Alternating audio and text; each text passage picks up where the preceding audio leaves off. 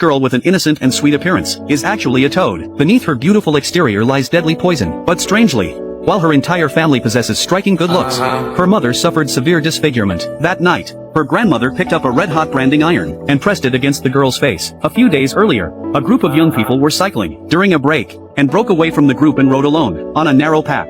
She accidentally hit an obstacle and fell. Jack caught up and immediately helped Anna. It turned out he had secretly admired her for a long time. This moment presented a once-in-a-lifetime opportunity. Jack mustered his courage to confess his feelings, only to be rejected on the spot. She seemed terrified, urging Jack to leave and never come near her again. Suddenly, excruciating pain surged through her body. Jack thought she'd injured herself and moved to comfort her, only to find his hands covered in slime. I told you.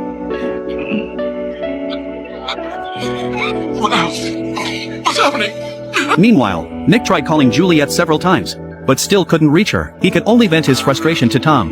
Juliet's a hexen beast. Run that past me again. Tom was utterly shocked upon hearing this. Nick was on the verge of breaking down. As a Grimm, his greatest hatred was witches, yet fate seemed to be mocking him, turning the woman he loved into one. Only then did Tom understand why Nick had been so distracted. Nick then received a police call. Tom rushed to the scene immediately. They briefed him on the case. The victim was a cycling enthusiast. His bike and gear were still at the mountaintop, yet had fallen into the valley for unknown reasons. His face was now covered in pus-filled blisters, suggesting poisoning or an allergic reaction. The exact cause would require the coroner's report. The group then visited Jack's home, discovering he lived alone. His house was filled with portraits and photographs, all depicting the same girl. Jack seemed utterly obsessed with her. Meanwhile, Anne arrived at her mother's house, heartbroken, and confessed to accidentally injuring Jack. She had always kept a low profile, even bordering on reclusive, all to avoid men, yet tragedy still struck. Her mother, however, remained calm, stating, "None of this is your fault. It's punishment from the heavens for their clan. There's no escaping it." But Anne still blamed herself. She didn't want to continue like this. Her mother ordered her to forget the incident and resume normal life the next day. The next day, the police cracked Jack's computer and found it filled with photos of Anne. She was the girl in those portraits. Nick discovered they were both members of the writer's team, and coincidentally, there was a race scheduled for that afternoon. They rushed straight to the meeting point. Upon learning of Jack's death,